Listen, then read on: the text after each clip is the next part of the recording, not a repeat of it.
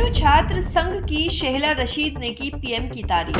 पहले बीजेपी पर उठाती थी सवाल, कश्मीर को लेकर रखी अपनी राय, वर्तमान में बदली चीजों का श्रेय गृह मंत्री को दिया।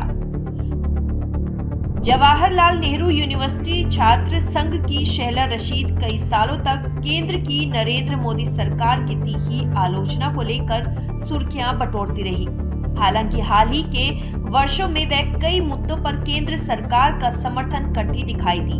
उनके इस रुख से कई लोगों को हैरानी भी हुई और कई सवाल भी उठे। हालांकि शेहला रशीद ने नरेंद्र मोदी सरकार को अपने समर्थन का बचाव करते हुए कहा कि वह नहीं बदली बल्कि कश्मीर की स्थिति बदल गई है।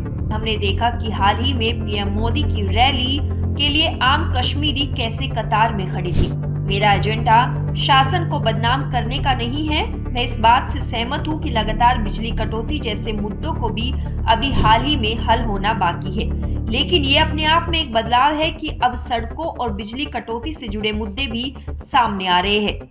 सालों पहले एकमात्र ज्वलंत मुद्दा आजादी की मांग थी। ऐसा नहीं है कि घाटी लगातार प्रधानमंत्री के नाम का जाप कर रही है, बल्कि लोग अब उस सरकार से शिकायतें भी कर रहे हैं जिसे वे अपना मानते हैं। अपने रुख में बदलाव के बारे में आगे बात करते हुए शेहला ने कहा कि कोविड-19 महामारी के दौरान उनके विचार बदल गए।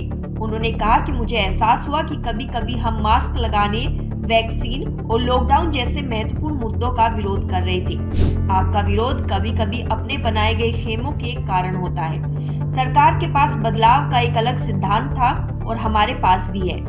उदाहरण के लिए 10 साल पहले हम सर्विलांस के मुद्दों पर आधार का विरोध कर रहे थे, लेकिन अब हम डीजी यात्रा और डीजी लॉकर जैसे ऐप का उपयोग कर रहे हैं। राशिद ने आगे कहा कि विकसित भारत अगले 25 सालों के लिए शासन का एक ठोस मॉडल है। कभी कभी बड़ों को जो कहना है उसे सुनने में कोई बुराई नहीं है। जितनी मेरी उम्र है उतना पीएम मोदी का अनुभव है।